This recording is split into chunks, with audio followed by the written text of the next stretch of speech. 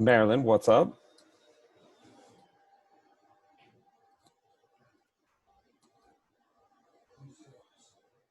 Can you hear me? I think I might have to unmute you.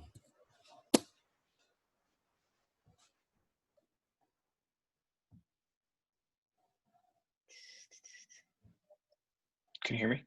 I can hear you. Okay, there we go. Hey, I messed up. I'll be back. Oh, all right. See ya.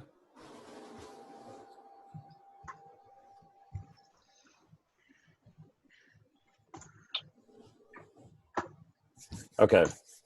We're going to wait to see if anybody else is going to hop on here. I know Dawn was talking about wanting to come on as well. This is all going to be recorded. So, and if you guys have to take off at any point, feel free to take off. This will be recorded. I'll put it on a YouTube or upload it, and then I'll be able to send it back to you guys. All right.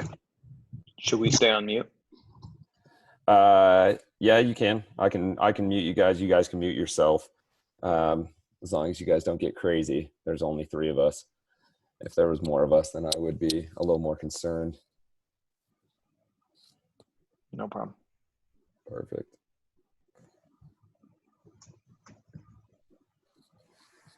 All right. Got another one rolling in.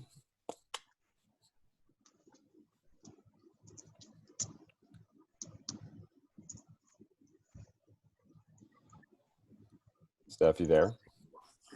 I'm here. Well, hello, hello. How are you? Hi. I'm good. Fantastic. I'm not muted? I just unmuted you. Just to say hi. Oh. Yeah, but I'll mute you back up. That way you don't have to feel weird about it, you know? Thanks. Yeah, you're welcome.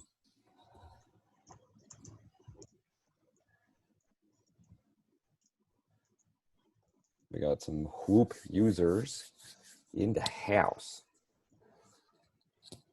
We'll wait a couple more moments, and then we'll get rocking and rolling. All right. All right. Well, if anybody hops on, they can hop on. If not, let's get rolling. So the whole point of this webinar is to be able to talk about the Whoop band. Each one of you guys that are on here right now have a Whoop band. Sometimes it's difficult to understand what is the Whoop band doing and why is it so important. We're going to kind of talk about that. For anybody else who will be watching this webinar who are curious about the Whoop, this should answer a lot of questions as well. We'll also have some time to be able to ask questions. And I want to try to get through the presentation kind of quick because you guys all have the Whoop, except Steph, do you have your Whoop yet? No. No. Okay. All right. Well, this is perfect. Then you're going to learn a bunch here. Okay. Okay. Cool. So if you guys do have your Whoop, right, I want you guys to make sure you guys have your cell phone because we're going to kind of I'm going to try to walk you guys through it the best that I can with your cell phone. So just have your cell phone ready and to be able to walk through the Whoop. So the first thing that we're going to do is we're going to go through just the presentation itself, and I'm going to show you guys my Whoop the best that I can because it's going to be on the desktop, and then we're going to go through your guys's and then ask any questions. Okay, so let's get to it. Let's get to it. I'm going to share my screen here.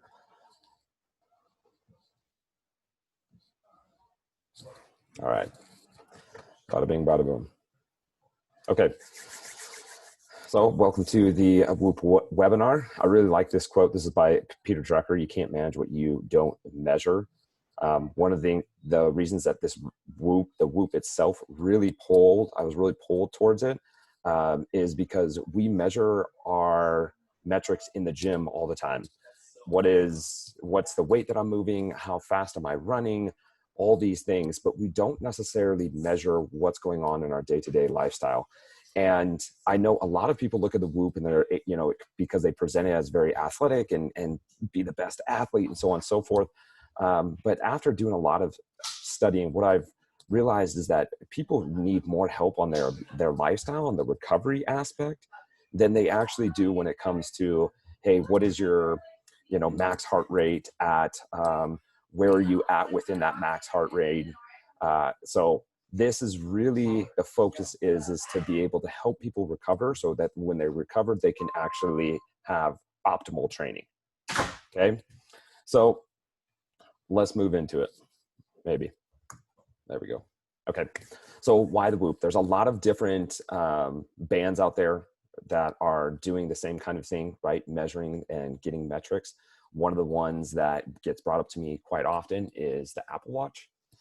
So the main difference between the Whoop and everybody else, and this is kind of like the joke that I say to everybody, is like, yeah, a Chevy Prism is a car, but so is a Tesla, right? It has 4 wheels, but a Tesla offers a lot more, right? And that's kind of the Whoop as well. The Whoop itself, the data that it's taking it's basically reading at 100 times a second all throughout the day.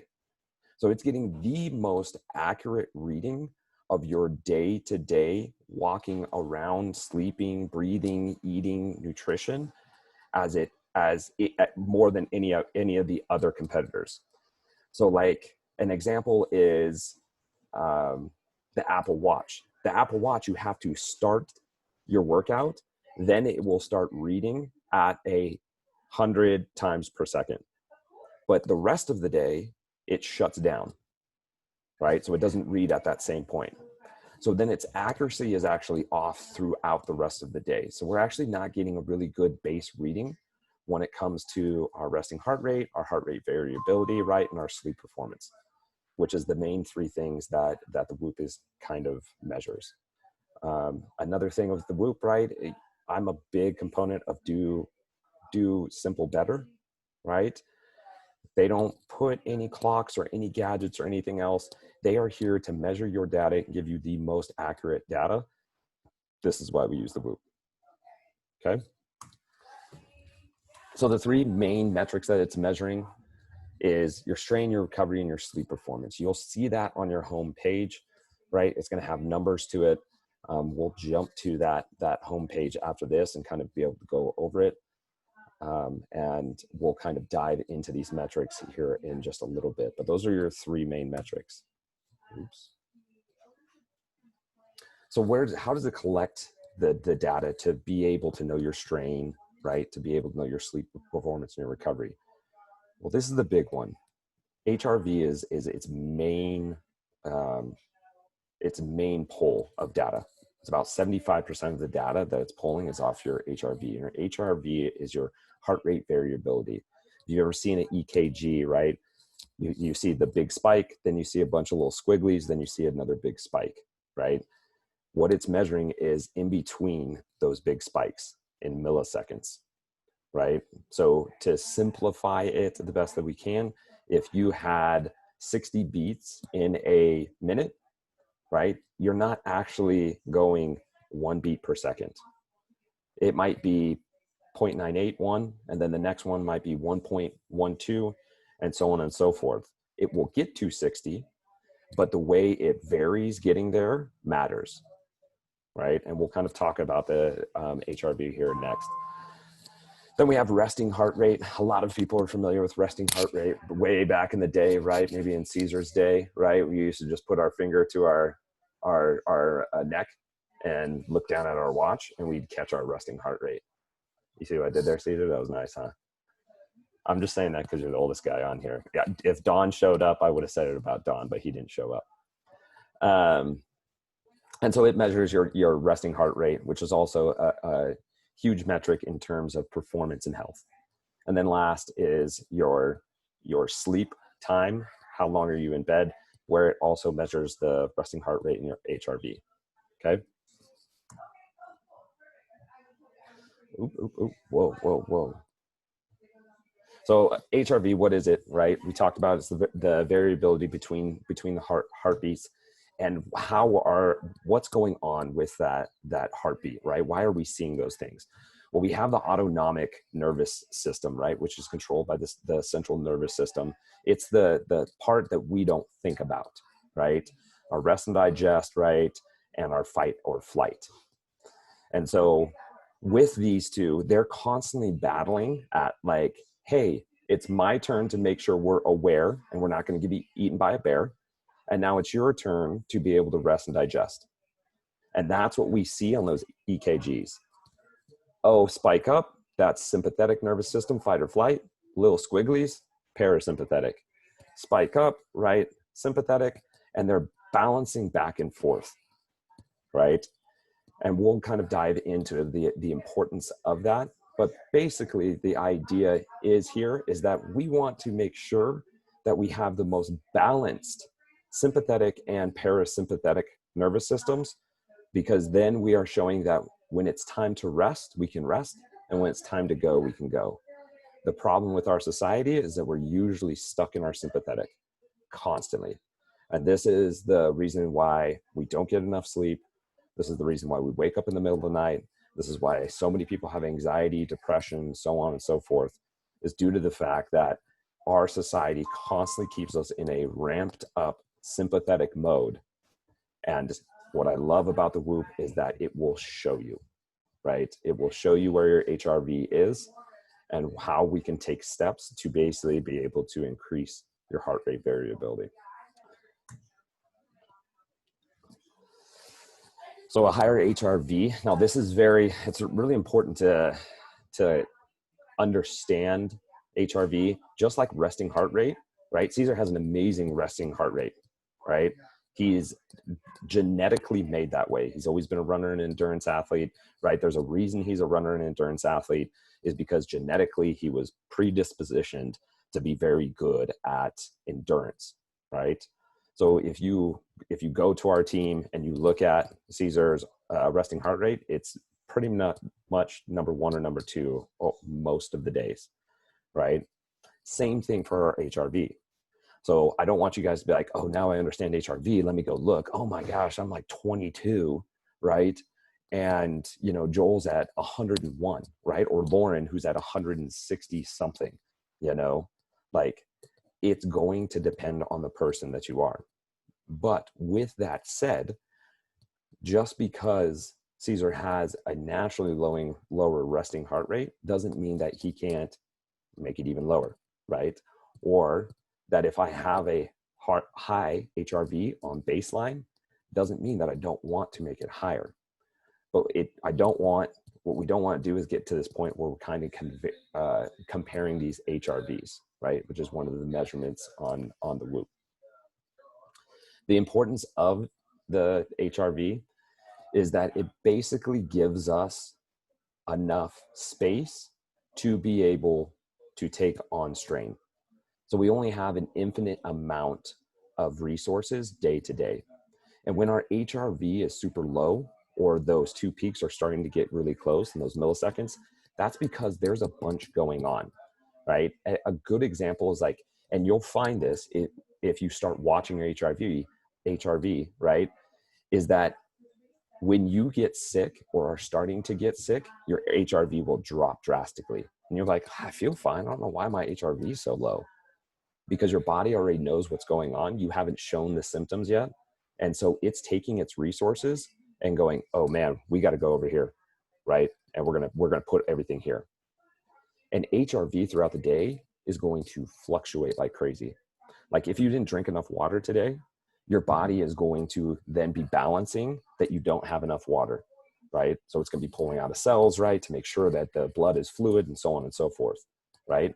Same with anything else that we do throughout the day, right? Even if you're starting to get hot, right, and you're trying to balance your heat, your HRV score would drop because your body's going, oh shoot, we're getting too hot. We need to go into cool mode, right? So you're going to start sweating and so on and so forth. So your body starts regulating. So your HRV would drop.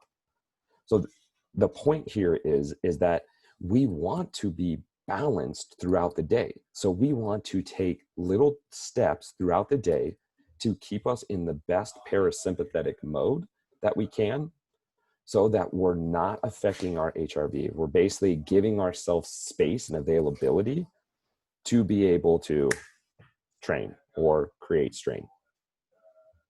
Okay? So now we're going to kind of break down each section here, right? What's the difference between the strain, the recovery, and the sleep performance? So they took strain from just, I can't remember the name of it, but basically it's a method that trainers have always used with their athletes to say, hey, how is that workout 0 to 20? And the athletes would record, oh, that was super hard. It was a 19, it was a 20. So back before there was all these metrics, they would just kind of do that, and they put in a database, and they kind of know like, hey, we need to increase this person's output, right, or strain. They did 0 to 21 just to be cute, right? They did one more extra, right? So that's why you see in your strain, it goes from 0 to 21. Now, what you may have noticed with your strain is that like you get out of bed, right? And you go kind of walking around, and before you know it, you're at 5, right? Your strain's at 5. Then you go and do a workout, right? And you like, it's quick, but it's not that quick. And then you're looking at the end of the day and you're just like, dude, my strain hasn't moved at all. And that's because it's not linear, right? It doesn't just continue to add up, right? The farther you get into it, right, the less strain. And it's kind of the idea of like, if you've never ran before, right, and you're trying to get into running, from mile 1 to mile 2, right, is going to be very difficult. But if you're a runner, right, running from mile 10 to mile 11 doesn't take that much strain, right? Now from mile 11 to a mile 27, there's going to be a lot bigger of a strain. But we need to be able to look at that and kind of understand how that strain is accelerated. Does that make sense? It's important to know that your strain is measured by cardiovascular load, not muscular load. So there's times where people have woken up and they were like, oh my gosh, my body is freaking wrecked. But it's telling me like, go for it. Like you're all in the green, train hard, right? And that's because it's not measuring muscular load, right? There's no like pads that's put on our butt cheeks, right, to be able to read like our muscles firing off, right? That's not the point, right? The point is to be able to measure our cardiovascular load and the balance between that autonomic nervous system, right? Are we recovering? Are we not recovering? Are we in fight or flight, or are we in rest and digest, right? All strain is not equal. That was to the point of, right, if I were to run with Marilyn, right, and we both ran 6 miles, our strain is not going to be the same, right? So Marilyn and I could run the same pace, right, but we got to the end and my strain could be drastically higher, right, than Marilyn's, dependent on my baseline, right? So there's some people that I talk to and they're just like, man, how is blank to blank always on the top when it comes to like strain? And my strain's like 5 or 6 down and I did such a crazy hard workout. Well, good for you. Like that's showing you that your HRV and your resting heart rate are pretty balanced and you're doing a great job, right? And you have a lower resting heart rate and a higher HRV, so your body can take on that load. Unlike somebody else who has a lower HRV, right? A lower resting heart rate. So doing some 45-minute workout may cause a ton of strain for them because their body doesn't have the capacity to take on that load. Does that make sense? What causes strain? Everything, right? They have a ton of different studies They work with collegiate athletes all the time. And they'll do stuff where they're trying to deload the athletes. And because the athletes are used to being so active, they take them away from the practice stimulus. But then what do the athletes do, right? A bunch of college kids. Well, they decide to go do their laundry and walk up a flight of stairs and go hang out with their friends and go up to the lake, right? And they're swimming. They do like kayaking and canoeing, and they're active throughout the day. And their strain ends up being just as high or close to what their strain would be if they worked out and then they didn't do anything else the rest of the day. So everything that we're doing, again, is that balance of that HRV, right? That's saying like, hey, we have capacity, we don't have capacity, right? So on days that we are trying to not have strain, we really need to think, okay, just because I'm not working out doesn't mean that I'm not getting strained, right? Building planter boxes and moving dirt is going to be strain. I'm pointing at Caesar for that one. He knows. How do we utilize it? It's basically, hey, when should we go and when should we know? You see that there? The big NO, right? The thing that I want you guys to know with this is that just because we're in a low recovery, right? And we'll get to recovery next, but just because we're in a low recovery and our strain therefore is lower, doesn't mean that we don't exercise. We just exercise differently, right? So you need to know how to adjust and to know when it comes to hitting a higher strain. Because there's a difference when it comes, when we start overtraining, right, and under recovering, we don't make any gains that way. We're breaking down our body and we're getting no gains. You're just exhausting yourself and burning calories, right? It's not worth it. Okay. What is your recovery? It's a measure of readiness to respond to a training stimulus, AKA, are you ready to strain or train? Okay. As you guys have seen on your Whoop, or I'll show you guys actually here in a sec, you'll see red, yellow, oh wow, that was supposed to be green. Red, yellow, and green. Red, yellow, red, just never train. Red is a 0 to 33 in percentage, right? Yellow is a 34 to 66, and a green is 67 to 100. And again, this is basically your body saying, how well are you ready to be able to train? How is it created? It's a mixture of the HRV, RHR, resting heart rate, and sleep, with the HRV being 75% of your score. This, again, is why I love the Whoop, the deeper I've gotten into it, because you guys can't trick this thing, right? If you guys are constantly in this super high elevated, like, I'm constantly on the go. Yeah, but I totally slept 7.5 hours. It doesn't matter. Right? Your autonomic system tells all. And this is what this thing is recording. And so our focus is always, hey, can I create more room, right, to be able to perform? How do I create more room? I have to be able to recover. And how do I recover, right? I have to learn how to de-stress. And this is something that we're all really, really bad at in this environment that we're in, because we constantly have blue screens, because we're constantly on the go. We see the news, right? We're not out in the sun enough. There's a plethora of different reasons of why we aren't recovering and getting into a parasympathetic mode that we'll dive into a little bit later in another webinar. Sleep performance is basically your ability to properly switch from sympathetic to parasympathetic for efficiency and longevity. How do we get into the circadian rhythm, right? Our circadian rhythm is our wake and sleep cycle.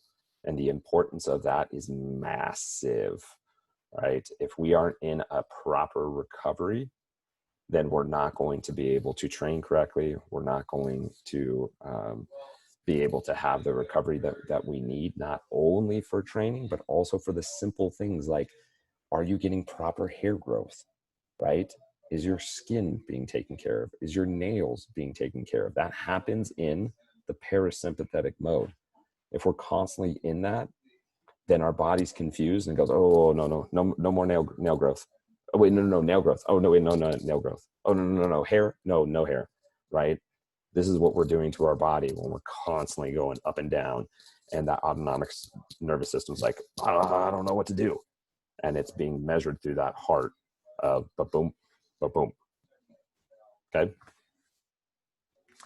The best way to be able to get sleep performance, and there's a bazillion different things to this, but really it comes down to sleep consistency.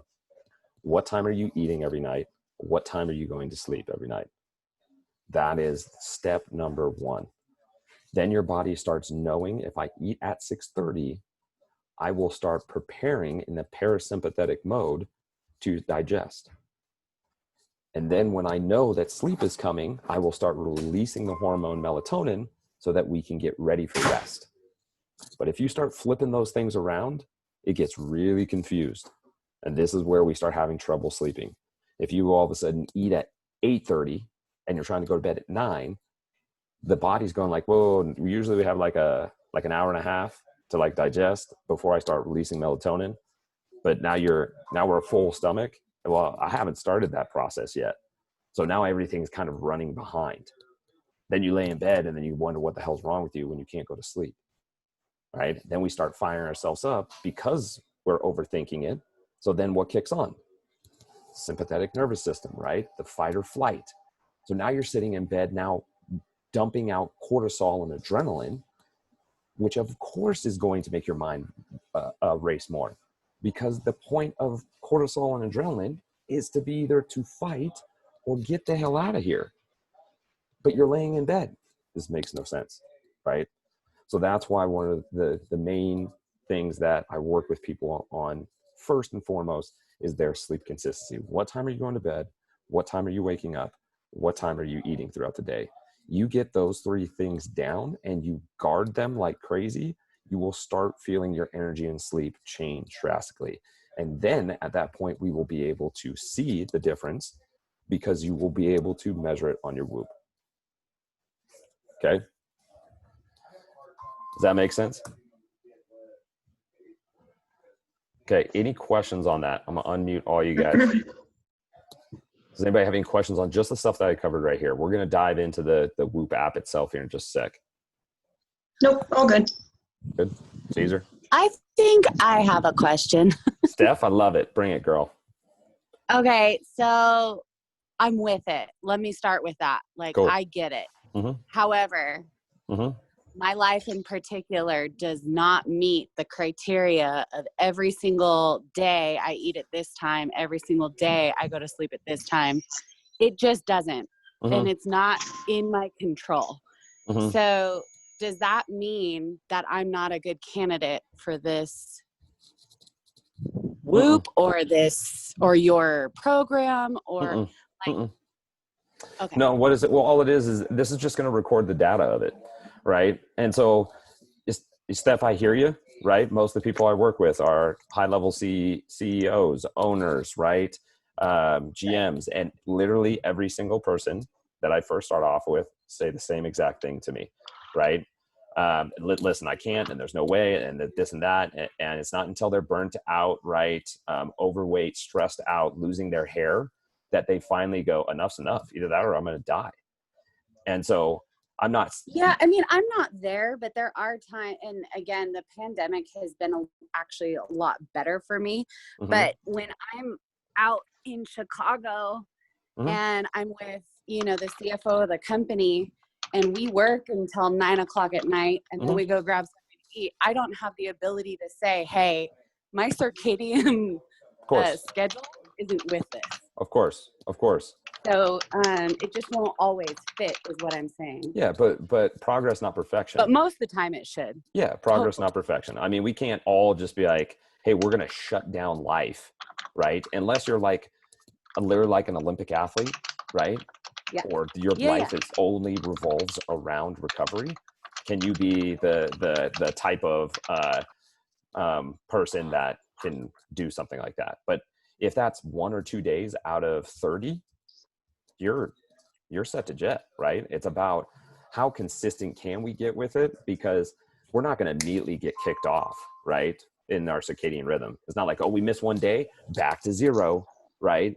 Now, if we did that 5 days in a row, now our circadian rhythms kind of get like, wait, all right, so what are we doing here? Right? What's happening? And that's my point, is I think that within possibly even the near future, that's a real possibility. Like, I go out for a week to these locations, and that's a real possibility that for 5 solid days, like, I'm not really in control of my schedule. Yeah. And again, there are some things that we have control over, and we just have to look at what's in our circle. This is just one piece in part, Steph, of a multitude of different things, right? In which we can control that. It's not like there's no, like, yes, the circadian rhythm is very important, but there's a multitude of different ways in which we can balance our circadian rhythm other than just like sleep consistency and eating consistency, right? It's one of the big ones. It's one of the anchors, but it's not the say all be all. Like, if you don't get that, like, get out of the program. Like, there's no way you're going to be totally screwed. Okay, good. That makes sense? Yeah, it does. Okay, cool. I'm going to figure out how to get out of here. Then I'm going to get into my Whoop. Can you guys still see this, the screen? Yeah. Okay, rad. Okay, so let's dive into this. The best that we can, because I know that this isn't necessarily going to show. Why not show? It shows differently on here than it does on your phone. And so let's pull up your guys' main page, right? And the first thing that I want you guys to take a look at, and sorry, Steph, we're gonna move into this, but I'll keep you in mind throughout this.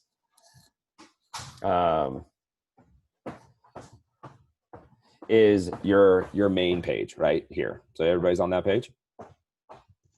Okay, so there's a couple different buttons that we have here. The very first thing that I want you to do is press the inside of that circle, right? When you press the inside of that circle, it's going to tell you your strain for the day. So this is like the best like synopsis, because it's going to have everything on there from your day strain to your recovery, and then your strain coach saying like, hey, you should build up to a blank strain. So now you can kind of get this visual on what your day strain should be. Okay. The next part down here is you have these two different little dots, right? So one is going to be your journal. So if you click on that, it's going to pull up your journal. And this is my journal. The journal gives you the ability to be able to track certain things that you're trying to see if it's going to affect your performance, right? Is it going to get me into a better parasympathetic or sympathetic state, right? And some of the things that I have on here, right, are blue light, meditation, hydration. And at the end of the month, when you guys have your monthly performance assessment, it will show you through its data, through the HRV and recording the entire time, that the hydration was really beneficial to you, right? Or the blue light glasses were really beneficial to you, or it wasn't so beneficial, or there wasn't enough data to record. So we'll use these down the road to be able to say, no, Marilyn, I really don't feel like you're drinking enough. So starting as soon as we get your next monthly performance assessment, I'm going to put this in your journal, and I want you to record this. Now, all of a sudden, it brings awareness to us. But then the next time we get a monthly performance assessment, what we should see is, oh, wow, this increased my performance by 9%, 12%, 15%. Now we know, hey, this is empirical data. And obviously, how did you feel? Oh, man, my workouts were better, so on and so forth, right? And you can add notes in there. Okay. Have either of you guys played with the journaling? No, not really. No, Marilyn? No. Did you, Caesar? Yeah, I am tracking the number of drinks I have daily. Man, you got a bunch on Tuesday.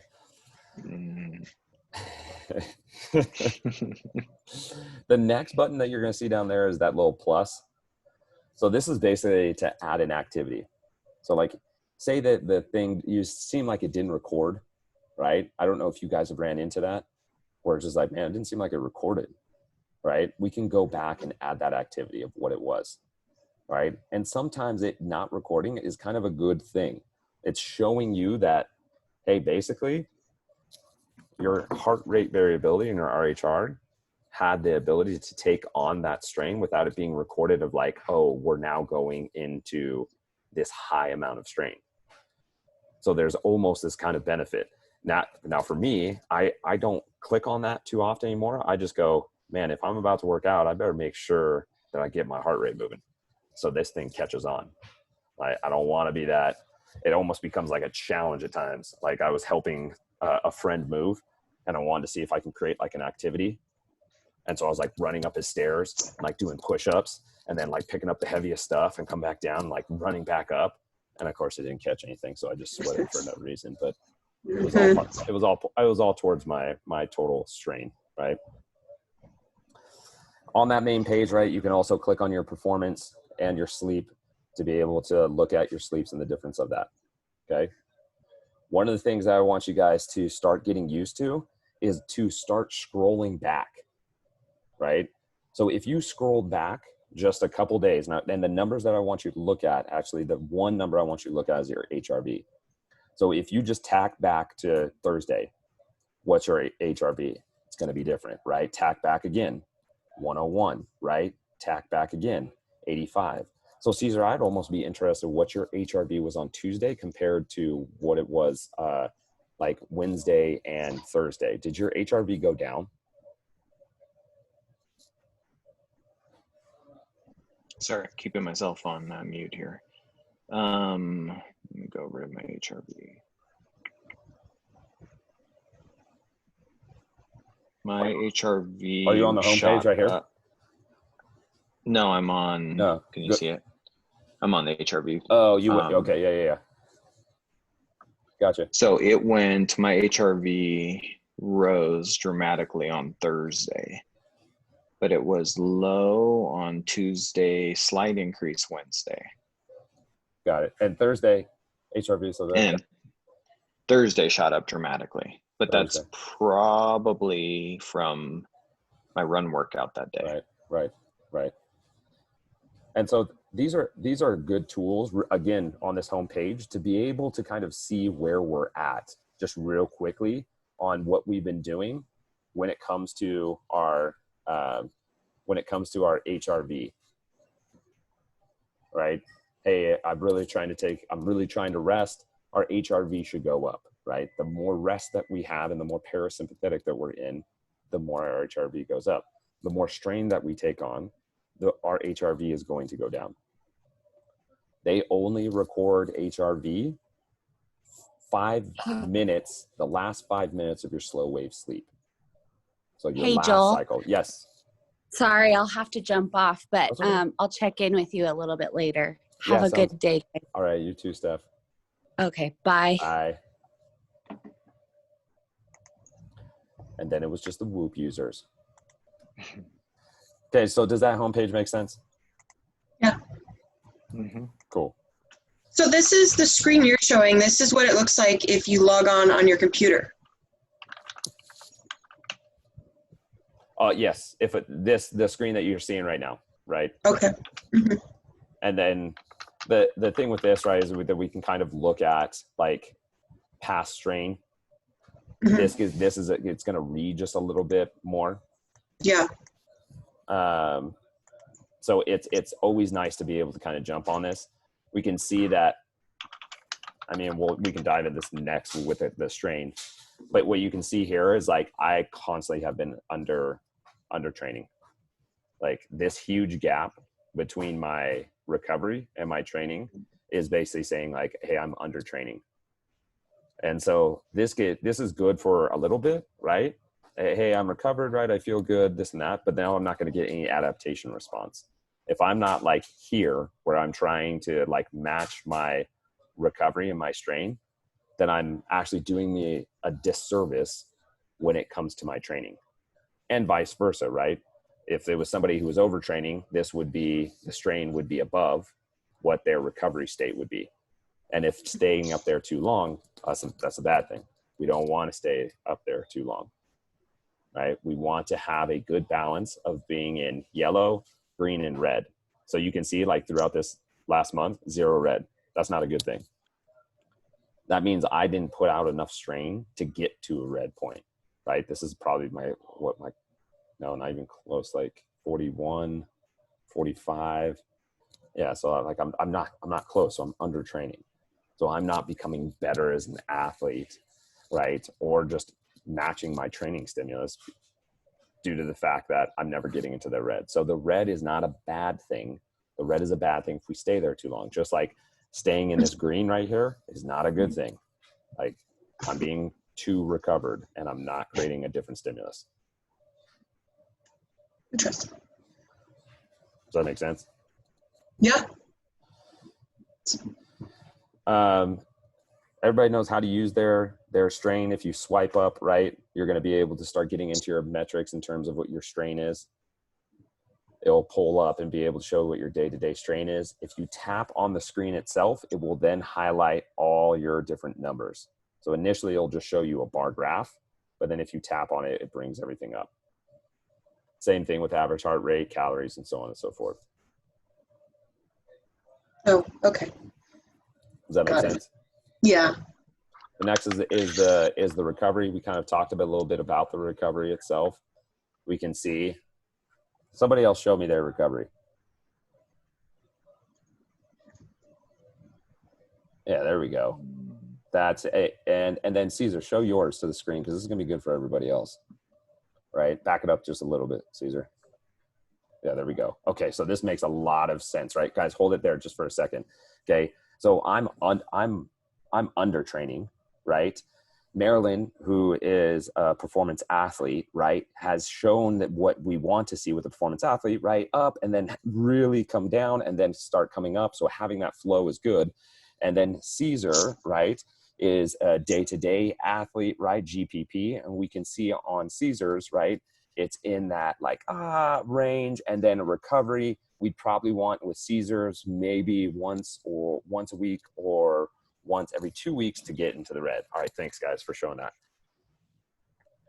So I have a question, Joel, just on, as I use this thing, and you made a comment earlier how you don't put the strain coach on anymore or book your workouts, because I see quite often that there's a disconnect for me that it doesn't pick up my workouts, or if I don't know if I should be inputting them. Does it change the number? Because if I'm doing a weight session, you know, in the garage with dumbbells, it's just not going to give me the strain that a run is going to give me. And no, it's not. And like I get that it's cardio based, but does it benefit the calculation at all for me to track that? Should I be putting it in or should I just let it go? So one of the things that it's going to show, like, let's see if it shows on here, is your activities, right? So if you don't put anything in, right, it's not going to show any of the activities. So that is something that we do want to be able to record. So you can go back and do it that way, and that's another part that I want us to get into, is if you go back to your homepage or the bar side here, and you go to your strain coach, if you know you're going to work out, right, and you don't need your phone as like a watch or anything else like that, then you can start your strain coach, which will then take up the strain. And what's nice about the strain coach is it will show you live what your strain is.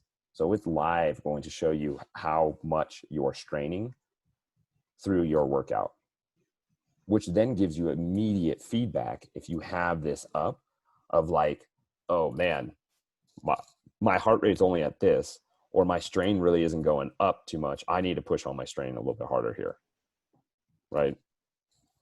So using this is pretty good. I don't know if you guys have gotten into this at all.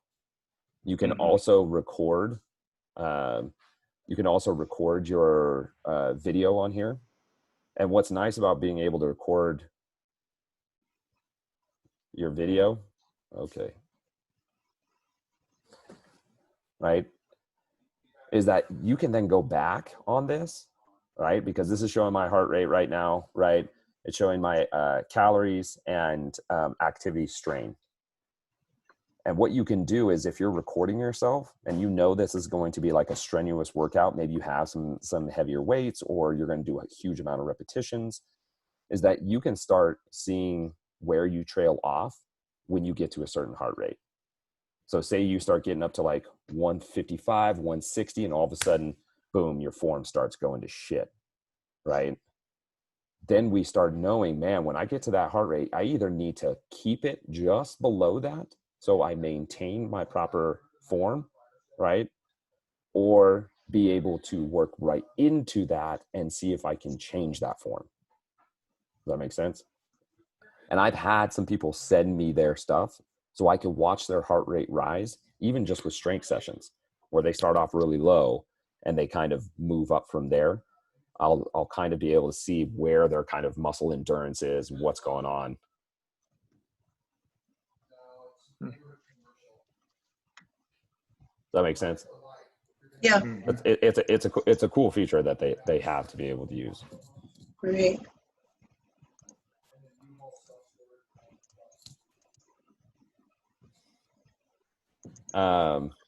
We talked a little bit about recovery. Again, this is like the last month. If you're looking at mine, it's garbage in terms of training. In terms of like recovery status, like it was great, right? And where we would want to start seeing this stuff is when we start implementing something, right? I started implementing around this time. I started implementing, let's see, this is going to give me any more information. Oh, that's not what I want to see. I started implementing a lot of different like lifestyle techniques to be able to lower my stress. I worked on my sleep consistency, so on and so forth. So now I've gotten into all this green, which is like cool. Like I've really prepared my body. I've taken all these steps to be in parasympathetic and pull myself out of that sympathetic mode. But now it's like the workouts that I'm doing aren't being enough. Like if I'm staying at this recovery mode here, like it's not being enough. I need to come down into the yellow, and even I should pop down into the red. So this is just saying like I'm under recovering, or I mean I'm over recovered. I'm under training. So let's say that you do have good recovery and you've done your workout, you didn't get that high of a strain score. What should you do? I mean, should you just try to be more active throughout the day? Should you do an extra workout? What do you do with that? So that's a really good question. So if you're getting to the point of like, hey, so I only got like, I'm supposed to get to a 15 or an 18 today, right? And it's 5 o'clock and I've already done my workout and I'm at 8.8, right? This is going to be a reflection, and this is what we look back at through your guys' monthly performance evaluations or assessments and go, damn, like we need to add more. Now you do have it in your own ability to go, you know what? If I have the capacity and I feel good, I'm going to take off on a run. Like I'm going to train just a little bit. I'm going to throw a little something extra in there. That's if you want to, right? Like that's something that I've started to look at for myself in terms of my recovery, because I'm like, dude, I got to do more, because I'm doing my body an injustice by not getting after it. So that is something that we would look at, right? Okay. And you guys should always be looking at your weekly performance assessments. Have you guys gone through that? Yeah, I got one, I think, or two maybe. Yep. So this makes it like a really good visual. Like you can see like how garbage, like how much I'm under training. I had barely one in here, right? But 2 times in which I reached optimal training. This was my best one. And this was running with you, Caesar, last week, the 5K, right? Where I really pushed it. Mm-hmm. But everything else around here, right? Undertrained. Our sleep consistency and being able to see our sleep, our optimal sleep. And then how often are we exercising? I'm 6% lower. What are you at, Caesar? What is that workout duration? Mm-hmm. I you know what? This is the first time I've even seen this report. I'm just pulling it up right now. I've never seen it. Oh, cool. Oh, okay. I think I just got to my first 30 days. So Yeah. Yeah. So you'll get your monthly. You're going to get your monthly, and that's going to be emailed to you. And that's after 35 days or something like that, because it takes a couple days to process it. And then you'll get your monthly. And so your monthly will break down a little bit differently than your weekly. I wonder if I'm going to have my. okay, so ask me the question again. I have it up. I'm on the workout. Yeah. So what ahead. is your, if we went down, your workout duration compared to men 35 to 50, because we would fit both of us in there. I'm 6% lower than the average. I'm an average of an hour, 5 minutes, and I'm 31% higher than average. Damn, dude. All right. That just means I'm slow. I'm done. I'm done with this. I'm under training like crazy. I get it. I hate it. I hate it. I hate it so much. Let me see if I can kind of pull this up here.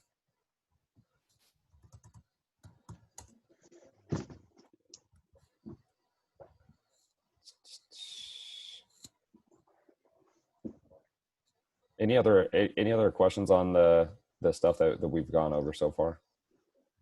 Uh-oh, what happened? Did I lose you? Yeah. No, I can hear you. Oh, okay. Maybe this is me. Hang on. Crap. No? All right. Hold on. I gotta I don't know what happened. I'll be right back. Sorry. Oh, okay. All right. See you. No, I think for me, I haven't been working out to hit a strain number because I've been, I guess, going more on feel and just seeing what the data is telling me. Totally.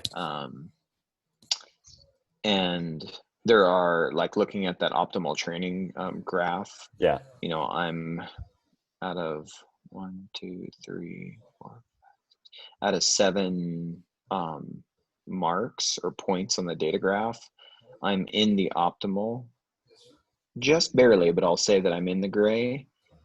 6 out of 7. Oh, that's money then. And that's actually a really great reflection of also your recovery that you showed on your phone, right? Is that it was kind of in that yellow with the green, like that shows like a direct reflection, just like how mine showed all freaking green and not being an optimal strain. You know, like that makes sense. Like I should have bumped a couple of these up here, which then would have taken my strain down to like yellow, which where it should be, instead of constantly being in the green over here.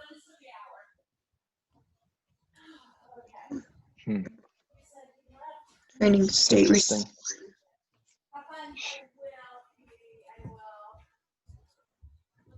So Joel, on the opposite end of trying to bump up your strain, if we maybe don't have great recovery, we're in the red, let's say, and we should be taking it easy on the workout then. Yeah, so we either should be adjusting our workout, getting rid of our workout, right? Or creating a whole different one, right? And so an example for you is like, you know, you're in the red. I have you doing some like interval rowing workout, right? Along with a Metcon, and you've already done a Metcon for the day, right? Or you have a Metcon plan for the day. Then you would want to avoid probably those 2 workouts, or you would take away, say, the Metcons, and you would do the rowing interval, and you wouldn't do it at the designated pace that I told you to do it at, right? Say that I was expecting you to be recovered that day. You're not recovered that day. You would either pivot or you would contact me and say, hey, I'm super low and I'm supposed to do these 10 intervals of 250-meter sprints under a 2-minute pace, right? With a stroke pace of like 22. Like, I don't think that's a good idea. Take a look. And I look at it and go, you know what? This is what we're going to do. I want you to be at a 215 or higher. I don't want you to worry about your stroke pace, right? But I don't want you to go beyond a 230, right? So we would switch up your programming to be able to go, hey, it's still good to move, but you should be at a conversational pace the entire time. So when you're in the red, we never want to push a workout to the point where I wouldn't be able to stop you and start a full on conversation with you, and you'd be able to talk to me the entire time. Or like, hey, you and I are going to go for a run, and for 5 miles, we could talk the entire time, right? That would kind of be the idea. Or you would do some stretching or some yoga. Red doesn't mean don't be active. Red just means, hey, we need to know, right, what to do. Okay. And you think you'll benefit more in the long run by not pushing it too hard when you're in the red? 100%. 100%, right? Because again, if we go back to HRV, right, we're not recovered. Our autonomic nervous system is like, things are not okay, right? And that autonomic nervous system is basically the roadmap to our recovery and our performance. And that's why Whoop is such a powerful tool. Stuff that we don't necessarily can see what is going on. And we can utilize that tool as long as we follow it to be able to go, okay, it's telling me not to go, I'm not going to go, right? And to be able to see a natural flow, particularly for you, like we want to see that natural flow of like, you're going to get down into the red, but then we're going to get recovered. And then we're going to come down here, right? Where for like Caesar and myself, I should probably be more like Caesar's that has more kind of yellow. Maybe every 2 weeks I'm into the red here and there. But for the most part, I'm not training to be an elite athlete like you are. So there, you need to be hitting like red days once a week, right? But if you're hitting 2 to 3 times a week, that's showing that we're not making recovery a priority, or there's something going on throughout your daily strain, right? You know, you just broke up with your boyfriend, or, you know, you're moving right from one house to the other house, right? Where it's like, we're way too up here, right? You're dealing with work stress, and we're not getting down into that parasympathetic mode, right? We're not coming down. Right. Okay. The last part that I think you guys probably have used or looked at, and being able to understand the importance of this, is the sleep, and being able to see your statistics in your sleep, which is really important, right? Now, I want to break down, right, the REM and the slow wave sleep, right? On here, it doesn't show any wake. Maybe I was just that good. I just never woke up. But being able to break these down. So REM, it stands for rapid eye movement. And at this point of sleep is when the body is balancing the brain chemistry, right? REM is going to happen in the later stages of sleep. So you're going to see REM more often. So if you guys pulled up your phone for your sleep for the night before, right? Pull it up real quick. Go to your sleep or your sleep performance and click on your REM. And you're going to see something like this, right? Where it's more grouped together later in the evening. For the most part, right? And then if you click on the slow wave sleep, what you're going to see is that it's going to be more in the beginning stages, right? Yeah. Now, here's the tricky thing, and this is the real fun part to be able to look at. You're going to wake up on certain days and feel like you cannot think straight, right? This is because your brain chemistry is off. And if you look into it, you probably might see that your REM is down. And it doesn't have to be drastically down. It doesn't have to go from like an hour and like 30 to, 42 minutes. It could be down 20 minutes, right? 15 minutes. And it's going to make a massive difference. You're going to feel yourself groggy. If you look at your slow wave sleep, you're probably going to see bigger chunks of slow wave sleep. So that's the subjective questions that I ask you guys in your performance evaluations. How do you feel? What's your mood? And the reason I ask you guys that is that your body may be prepared, but your mind is not, right? That's where you kind of feel heavy and fatigued and lethargic, right? If you've ever had like a mentally hard day at work or this and that, it's not necessary that your body is heavy, right? You feel like your mind is heavy. You feel exhausted because you feel like your mind is going. And that's the imbalance, the chemical imbalance that's going on, right? So what I want you guys to watch is the next time you feel that, and this is vice versa, right? And we'll go over it. But the next time that you feel that, take a look at your sleep, right? So if Monday, right, I feel super groggy, Tuesday, wake up and see what Monday night's sleep is. What the body will do, it's intuitive, right? It knows what it needs. You'll see all of a sudden larger REM sleep or more REM sleep and less slow wave sleep, because the body's going to go, your brain chemistry is all jacked up. So we're going to override the slow wave sleep, and I'm going to put a importance on REM sleep. And it's going to be vice versa as well. Say we crush ourselves in the gym, right? It's going to go, whoa, we are super broken down. We need to be in more slow wave sleep. So REM sleep's going to end up kind of getting pushed to the side, right? And that's why certain days we feel like our body is freaking trashed, but our mood is like, but I feel kind of good, but damn, I'm sore, right?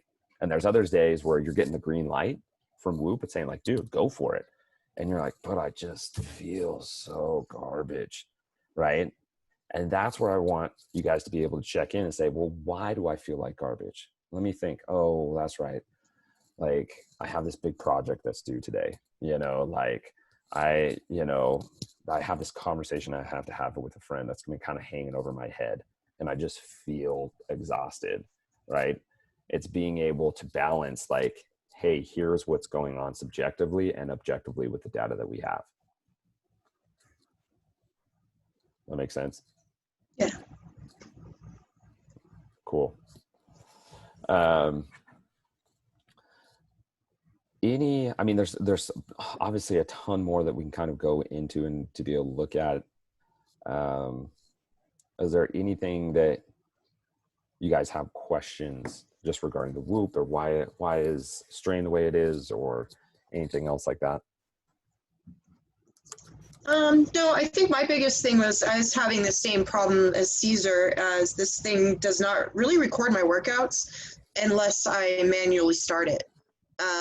It does sometimes, but most of the time it does not. Like my workout today, I thought I had a pretty high heart rate, but nope. So I just manually inputted it. My other question is that sometimes I forget to stop it. If I manually start it, I forget to stop it. How does that affect the strain, and should I go back and edit? It's gonna all balance out. You're not the only one that forgets to do it.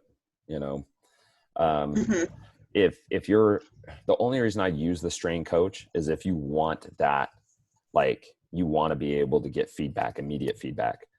If not, I would do your workout. And when you're done with your workout, just click on the exercise guy, put in the time that you worked out from, and put in what you did, right? And then it will start processing it.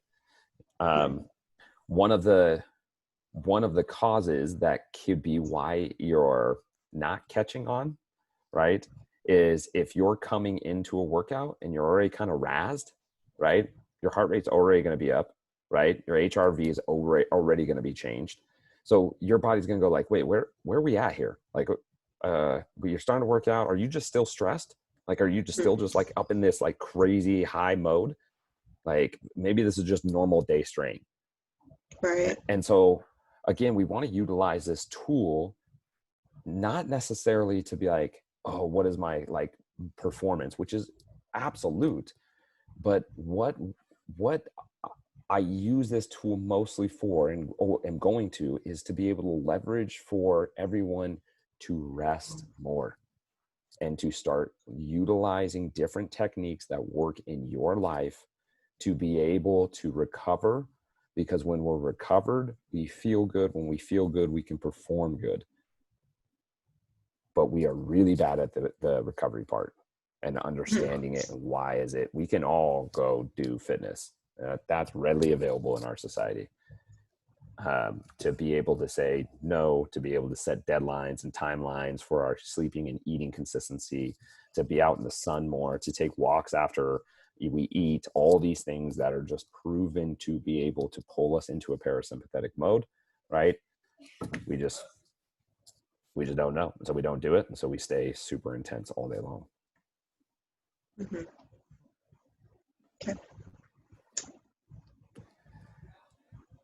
Anything else in terms of questions of recovery, strain, sleep performance, how to work the app? No, I don't No? think so. Sweet. So the main takeout of this that I want you guys to be able to watch what your HRV is doing, right, from day to day. See what's happening, and then make sure to reflect, why is my HRV changing so much? Remember, an HRV that is low from what your baseline is, if your baseline is usually 75 and you're down at a 22, it's because your sympathetic nervous system has taken over, right? It has hijacked your autonomic nervous system, and you are in a constant state of stress, right? And stress is good. We got to have it, but an extended period of stress is not good. And this is where it's going to start naming it for us, of going like, dang, I was at a 101 yesterday. Now I'm at a 22. Okay. Then I want you to stop and go, why am I feeling this way? Like, why am I getting these results? And you start, usually, if you start reflecting like that, you can go, oh yeah, I've actually been kind of stressed out, and I got this project, and oh, you know what, I actually had, 2 or 3 bottles of wine, right? Or, something that is going to affect that recovery, or that ability for that nervous system to be able to respond to a given thread. Okay. So being able to look at that, being able to look at your sleep and watch your sleep between REM and slow wave, and look at the difference between it from night to night, and start reflecting back of like, yeah, I felt super groggy. What you'll see is that it will start matching up, and you're like, oh shit, this is, yeah, like I needed to get more REM sleep because my mind was on fire the other day because I was thinking about whatever, right? And you'll see how the body kind of takes over. Sounds good? Yeah. Sounds good. Right on. Well, I appreciate the two of you guys for hopping on, and at least having a live audience to be able to go through this. If you guys have any questions about the Whoop, there's so much to be able to go through. Let me know. I'll also share some of the Whoop podcasts that really break down in terms of strain recovery and everything else. They go into full depth, right? I tried touching the surfaces of it, but they do hour long on recovery, hour long on strain. Like you can get really deep into this. So just like any tool, right? If you got the right tool, it can be a very powerful thing. Mm-hmm. Sweet. All right, you guys. Well, I won't hold you up any longer. That's our full hour and some. It was nice having you guys. Remember, Yes, thanks for having us. All right. stay calm. Thanks, Joel. Right. Recover. Work hard. All right, guys. Talk to you later. Talk later. Bye. Bye.